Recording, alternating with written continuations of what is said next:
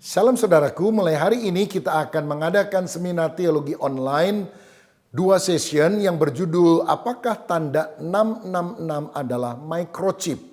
Saya percaya saudara akan dibuka wawasan dan diberkati Tuhan. Pada sesi pertama tidak ada tanya jawab, tetapi saudara bisa memberikan pertanyaan yang akan saya jawab pada sesi kedua supaya kita lebih lagi memahami kebenaran firman Tuhan ini. Tuhan Yesus memberkati. Seperti kita ketahui bersama bahwa kedatangan Tuhan telah dekat dan saat ini kita berada di zaman akhir. Dalam situasi ini kita diperhadapkan pada dua pilihan, menerima janji bahwa kedatangannya sudah dekat atau menolak janji tersebut. Karena memang ada pemberitaan kedatangan Tuhan sudah ada sejak lama. Namun ia tidak kunjung datang. Satu tanda bahwa kedatangannya sudah dekat adalah dengan adanya tanda 666. Apakah makna tanda tersebut? Kemudian kita juga banyak mendengar tentang adanya microchip sebagai tanda dari gerakan anti-Kristus. Apa yang disebut microchip? Pembahasan mengenai akhir zaman ini akan kita bahas dalam 2 episode ke depan. Untuk itu, sebentar lagi kita akan saksikan bersama ulasan pertamanya oleh Pendeta Dr. Rubin Adi Abraham. Mari kita saksikan bersama. Saya akan membahas perihal tanda 666 dan microchip. Kita akan membaca kitab Wahyu pasal yang ke-13 ayat 16 sampai ayat 18. Wahyu pasal 13 ayat 16 sampai ayat yang ke-18 yang berbunyi demikian. Dan ia menyebabkan sehingga kepada semua orang kecil atau besar, kaya atau miskin, merdeka atau hamba, diberi tanda pada tangan kanannya atau pada dahinya, dan tidak seorang pun yang dapat membeli atau menjual selain daripada mereka yang memakai tanda itu, yaitu nama binatang itu atau bilangan namanya. Yang penting di sini ialah hikmat. Barang siapa yang bijaksana, baiklah ia menghitung bilangan binatang itu, karena bilangan itu adalah bilangan seorang manusia dan bilangannya ialah 666. Kita percaya bahwa kita sedang ada pada akhir zaman dan tidak lama lagi Tuhan Yesus Kristus akan segera datang untuk kali yang kedua. Amin. Tetapi sebetulnya ada 2 sikap yang bertolak belakang tentang akhir zaman dan tentang kedatangan Kristus kembali. Sikap yang pertama adalah sikap tidak percaya akan kedatangannya. Dalam 2 Petrus 3 ayat 3 dan 4, sikap pertama ini dicatat, dikatakan demikian. Yang terutama harus kamu ketahui ialah bahwa pada hari-hari zaman akhir akan tampil pengejek-pengejek. Dengan ejekan-ejekannya, yaitu orang-orang yang hidup menuruti hawa nafsunya. Kata mereka, di manakah janji tentang kedatangannya itu? Sebab sejak bapa-bapa leluhur kita meninggal, segala sesuatu tetap seperti semula pada waktu dunia diciptakan. Jadi akhir zaman akan muncul pengejek-pengejek yang berkata, dari dulu saya masih kecil sampai sudah tua sekarang juga orang bilang Tuhan datang, kok nggak datang-datang? Seminar akhir zaman kan bukan kali ini, udah berapa puluh tahun, berapa ratus tahun yang lalu juga sudah akhir zaman. Seminarnya ada, kok Tuhan belum datang? Jadi ini sikap tidak percaya. Tetapi yang kedua justru kebalikannya. Sikap percaya bahwa hari Tuhan telah tiba, dan kepercayaannya itu over, berlebihan. Sehingga merasa mungkin dalam waktu yang sangat singkat, Tuhan akan segera datang. Sehingga ini menimbulkan kebingungan. 2 Timotius 2 ayat 1 dan 2 berkata demikian. Tentang kedatangan Tuhan kita Yesus Kristus dan terhimpunnya kita dengan Dia, kami minta kepadamu saudara-saudara, supaya kamu jangan lekas bingung dan gelisah, baik oleh ilham roh maupun oleh pemberitaan atau surat yang dikatakan dari kami. Seolah-olah hari Tuhan telah tiba. Janganlah kamu memberi dirimu disesatkan orang dengan cara yang bagaimanapun juga. Saudara-saudara, yang kedua ini adalah orang yang percaya bahwa hari Tuhan telah tiba, Sehingga dia menjadi bingung akan bisikan Roh Kudus, penglihatan, dan akibatnya tersesat. Sekarang ini banyak orang berkata melalui nubuatan Tuhan datang. Saya lihat mimpi, saya lihat penglihatan, ini tandanya Tuhan datang. Akibatnya mereka percaya akan ramalan kedatangan Tuhan untuk kali kedua. Dan sering sekali kan itu terjadi. Orang meramalkan tanggal sekian, bulan sekian, tahun sekian. Dan selalu ada di setiap tahun itu spekulasi ramalan kapan Tuhan datang. Untuk itu kita tidak boleh percaya karena Alkitab berkata, jangan cepat bingung dan gelisah akan berita-berita yang katanya ilham dari Roh. Pegang saja perkataan Yesus Matius 24 ayat 36 yang berkata tentang hari kedatangannya. Tidak ada seorang pun yang tahu. Malaikat-malaikat di sorga tidak, anak pun tidak, hanya Bapa sendiri. Kalau malaikat tidak tahu, anak manusia tidak tahu, pendeta nggak boleh sok tahu. Karena hanya Bapa sendiri yang tahu. Nah tetapi perkiraan bahwa akhir zaman itu sudah lebih dekat. Karena sejak beberapa tahun yang lalu kita mendengar kabar sudah akan mulai diberlakukannya microchip 666 yang ditempel atau ditanam di tangan dan di dahi. Dan ini dikaitkan dengan Obamacare, yaitu asuransi kesehatan di Amerika Serikat yang juga diinisiasi oleh pemerintahan Barack Obama. Dan banyak sekali video, banyak sekali gambar, banyak sekali berita tentang hal tersebut. Tapi saudara tahu, sampai Barack Obama turun, microchip 666 ini belum ditanamkan secara merata untuk Amerika Serikat, apalagi seluruh dunia. Dan Donald Trump tidak setuju istilah Obamacare ini dilanjutkan.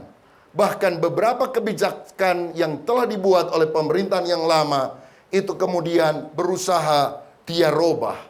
Jadi apakah akhir zaman ditunda? Karena sudah begitu banyak video tentang microchip, Obamacare dan sebagainya. Ternyata kelihatannya tidak jadi. Jangan jauh-jauh di Amerika Serikat. Di Indonesia pun berita itu merebak dengan hangat. Apalagi beberapa tahun yang lalu ada sebuah berita di koran dengan judul ini. Pabrik microchip terbesar dunia akan dibangun di Banten. Coba lihat gambarnya. Saudara sekalian, jadi kita lihat bahkan Gubernur Banten menyambut hangat. Karena ini merupakan investasi luar negeri yang akan tentu memberikan peluang kerja yang bagus. Tetapi ini menimbulkan ketakutan, terutama banyak orang Kristen. Karena dengan iklan ini atau dengan berita ini seolah-olah orang Indonesia akan segera dipasangi microchip. Lebih menghebohkan lagi karena RCTI, salah satu stasiun TV swasta yang cukup bisa diandalkan beritanya di Indonesia, memberitakan tahun-tahun yang lalu perihal microchip implant. Judulnya sudah begitu, microchip implant. Lalu gambar berikutnya ada gambar tangan yang ditanam microchipnya. Lalu ada running text. Judulnya gini, IIPE akan digelar tanggal 28 sampai 30 Juli di ICA, di ICE BSD City. Jadi mereka pikir, wah tanggal 28 sampai 30 Juli di ICA itu kan saudara tahu adalah singkatan Indonesian Convention Exhibition yang ada di BSD City, akan dilakukan penanaman atau implant chip ini. Tanggalnya sudah disebutkan di sana.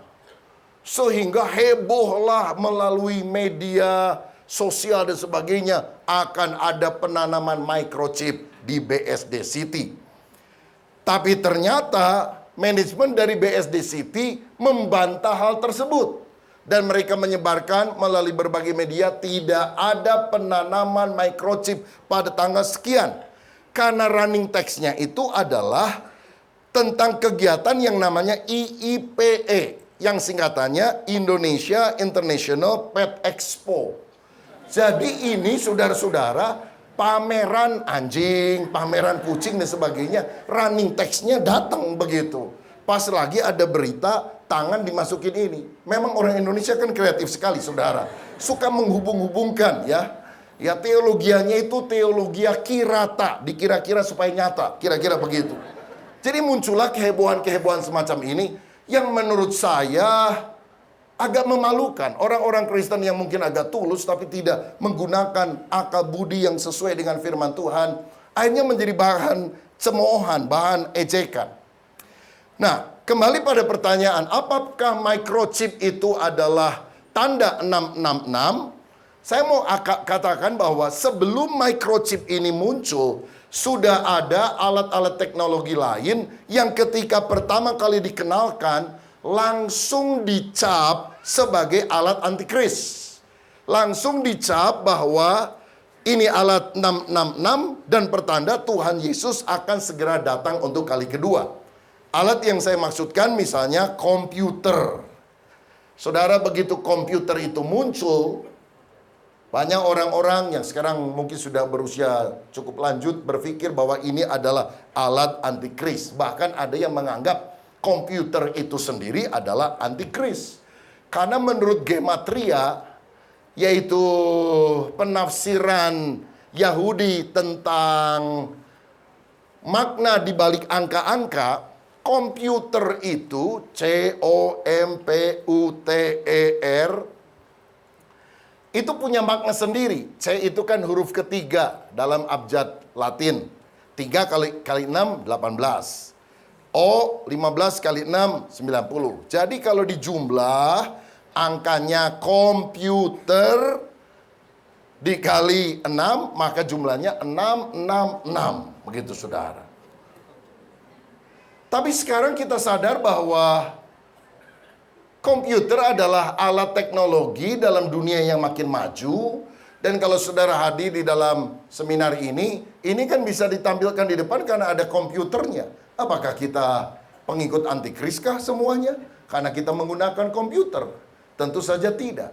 Ini adalah penafsiran yang meleset karena mencoba mencari-cari dengan teologi kirata itu, dikira-kira supaya nyata, jangan-jangan ini adalah alat komputernya. Nah, setelah komputer, ada kemajuan teknologi lain yang juga diperkirakan sebagai alat komputer. Namanya barcode.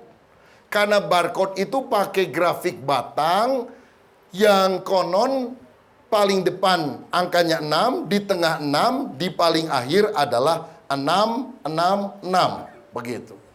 Jadi banyak orang menolak tentang adanya barcode. Begitu lihat barcode, antikris. Tapi coba bayangkan sekarang, saudara. Kalau misalnya kita masuk ke supermarket yang masih menggunakan pola konvensional, nggak ada alat scan, tidak ada barcode, dan masih ditulis dengan bon model lama pakai tulisan tangan. Siapa mau beli 200 item di supermarket yang tidak ada scannernya dan satu-satu ditulis dengan tulisan tangan? Tidak mau kan? Dan apakah saudara yang sekarang ini sudah menerima komputer, sudah menerima barcode, semuanya adalah anak buah antikris? Saya rasa itu kan penafsiran yang keliru. Karena kita mencoba mencocok-cocokkan jangan-jangan ini adalah alat antikrisnya. Justru sekarang kita sangat diuntungkan karena adanya kemajuan teknologi melalui barcode tersebut. Semuanya menjadi lebih cepat. Berikutnya, saudara, kita perhatikan juga ada banyak alat-alat yang ada pada tubuh kita yang sebetulnya sudah ada microchipnya. Misalnya, paspor. Itu paspor model lama tidak ada microchip.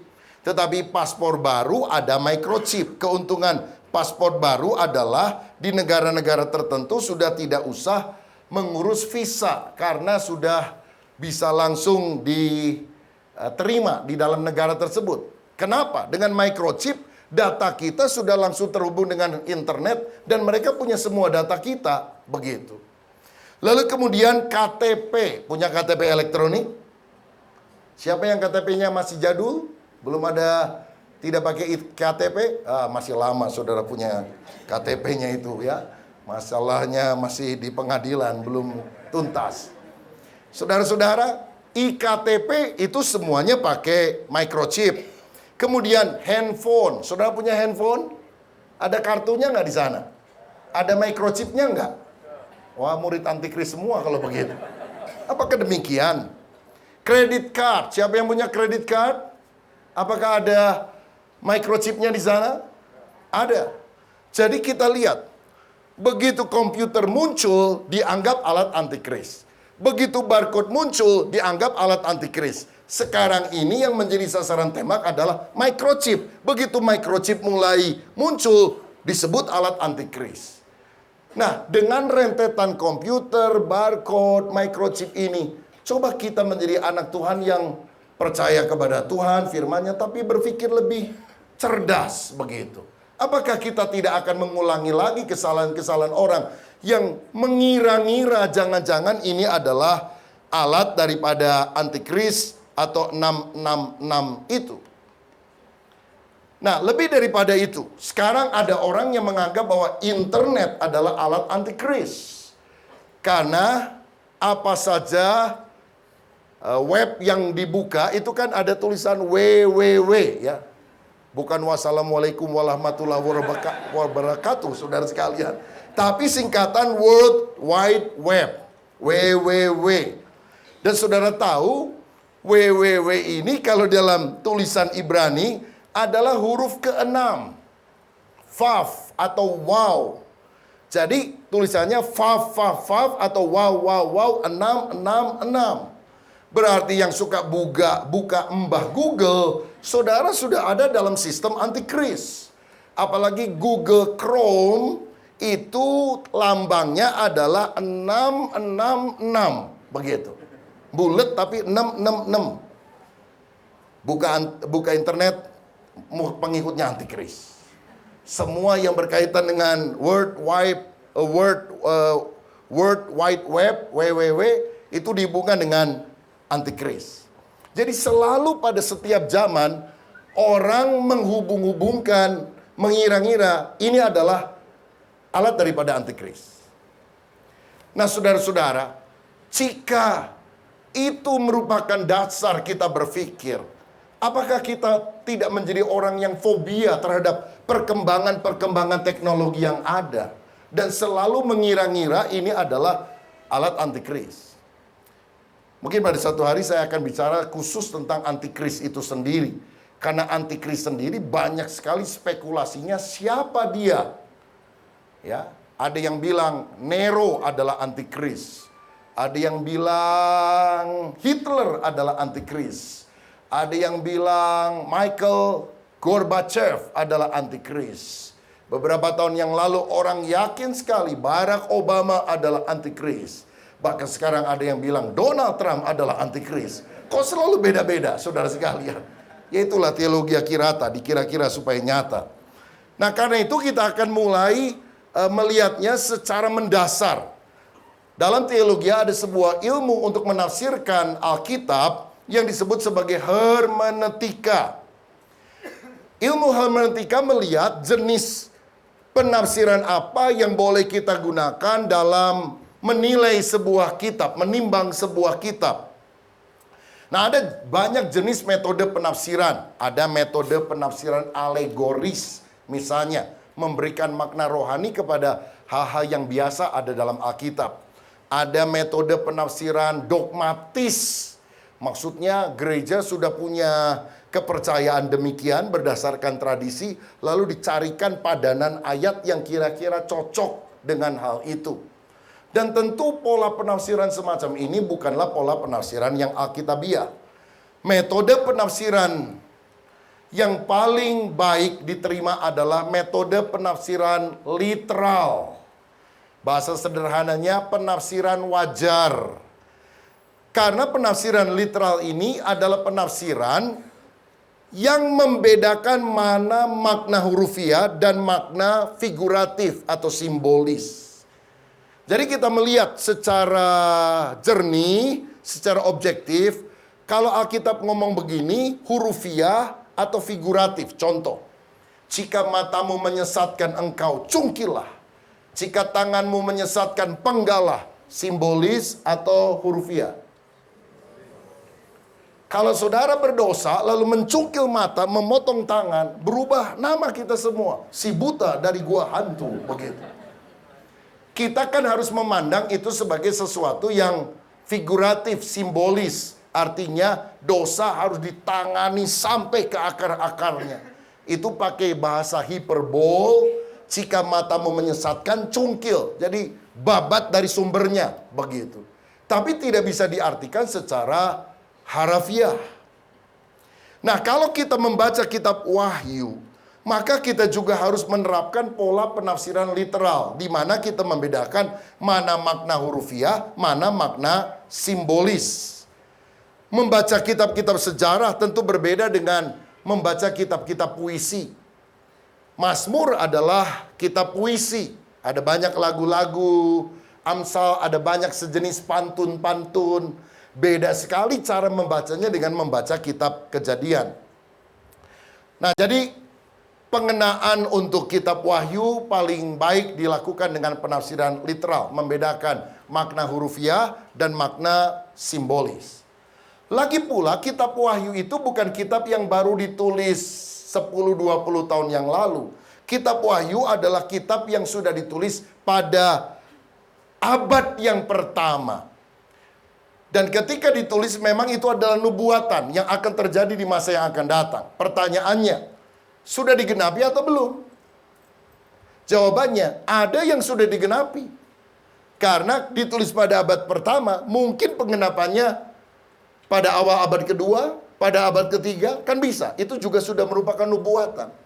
Ada juga yang penggenapannya masih membutuhkan waktu yang panjang dan baru akan mencapai klimaksnya pada akhir zaman, yaitu di mana kita sedang hidup ini. Nah, kalau kita membaca kitab Wahyu, kita juga akan melihat banyak simbol-simbol.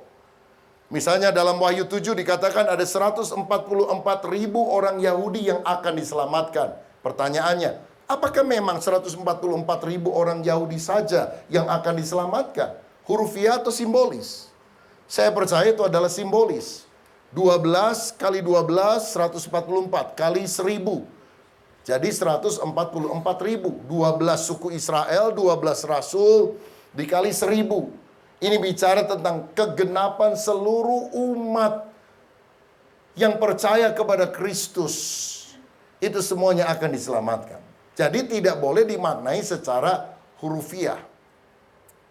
Sekte Saksi Yehova menganggap bahwa yang akan diselamatkan dan masuk surga itu adalah 144.000 orang secara hurufiah. Dan tentu saya tidak menerima penafsiran semacam itu. Surga sudah penuh.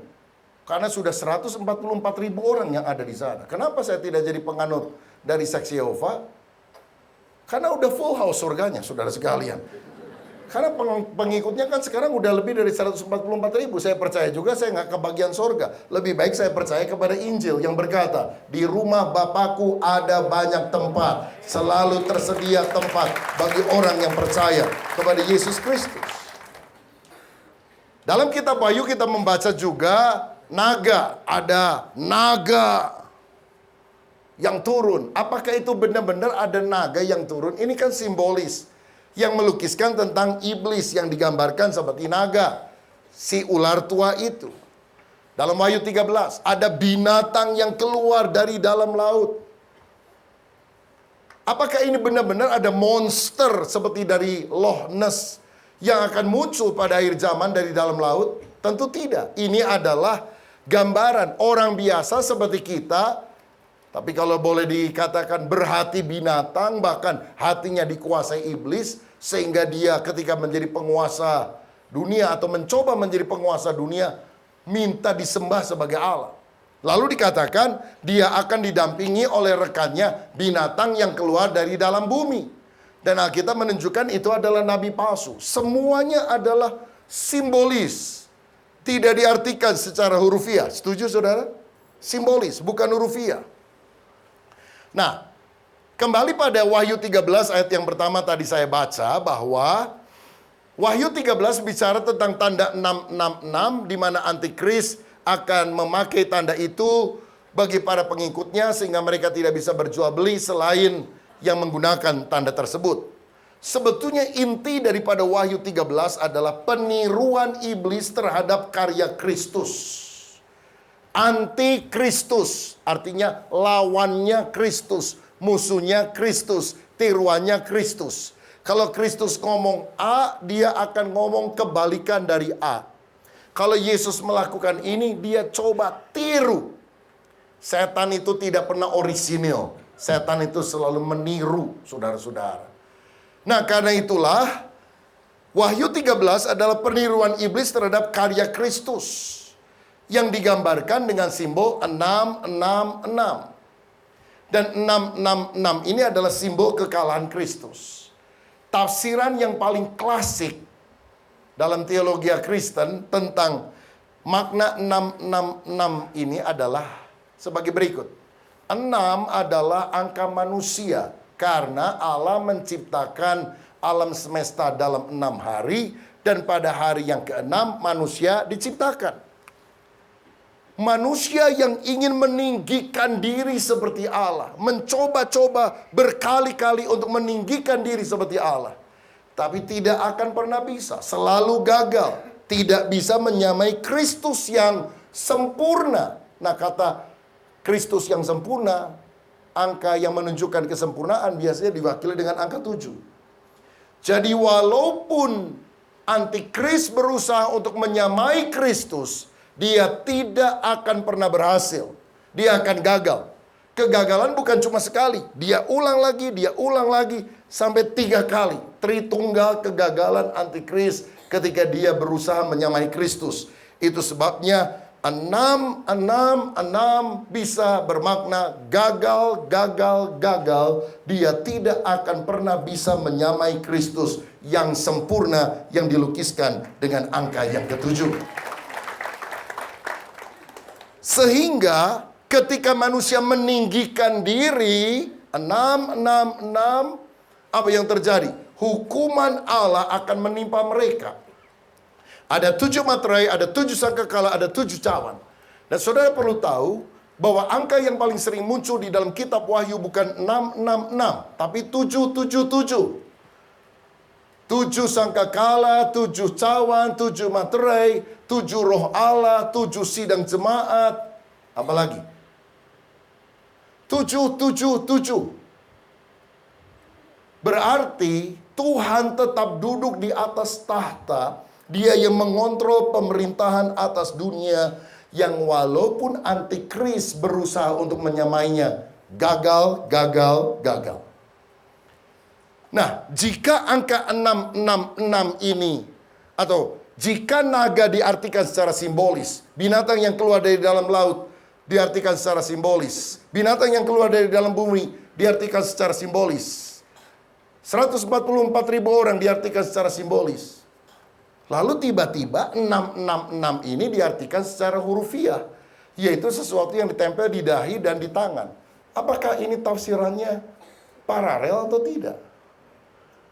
Karena itu, kita bisa melihat bahwa angka 666 juga perlu dimaknai secara simbolis. Ini adalah tanda antikris di dahi dan di tangan secara simbolis, bukan tanda lahiriah seperti microchip, seperti yang seringkali digembar-gemborkan orang melalui video dan sebagainya. Kita percaya bahwa kita sedang ada pada akhir zaman, dan tidak lama lagi Tuhan Yesus Kristus datang untuk kedua kalinya. Ada 2 sikap kita yang bertolak belakang tentang akhir zaman dan tentang kedatangan Kristus kembali. Sikap yang pertama, tidak percaya akan kedatangan Tuhan, dan di akhir zaman ini akan muncul pengejek-pengejek.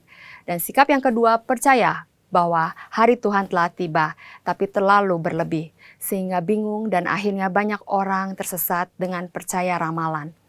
Untuk menghadapi akhir zaman, sikap kita adalah kita harus percaya kedatangan Tuhan sudah dekat dan tidak ada satupun yang tahu untuk kapan tepatnya Tuhan Yesus datang. Tapi kita tidak boleh ketakutan dan menjadi bingung serta gelisah oleh segala berita yang belum tentu benar. Hanya hikmat Tuhan yang membantu kita untuk memahami setiap kebenaran firman Tuhan agar tidak tersesat. Dengan mengingat janji Tuhan yang memberi kemenangan, maka kita tidak perlu takut menghadapi apapun, karena Tuhan sendirilah yang memegang kendali. Mari kita berdoa.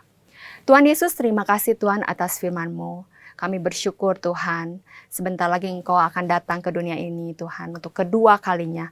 Biarlah setiap kami, saya dan pemirsa yang sedang menyaksikan acara ini dapat mempersiapkan hati lebih lagi untuk kedatangan Engkau. Hanya dalam nama Tuhan Yesus, haleluya, amin. Pemirsa, kita sudah sampai di penghujung acara ini. Sampai jumpa dalam program yang sama, Tuhan Yesus memberkati.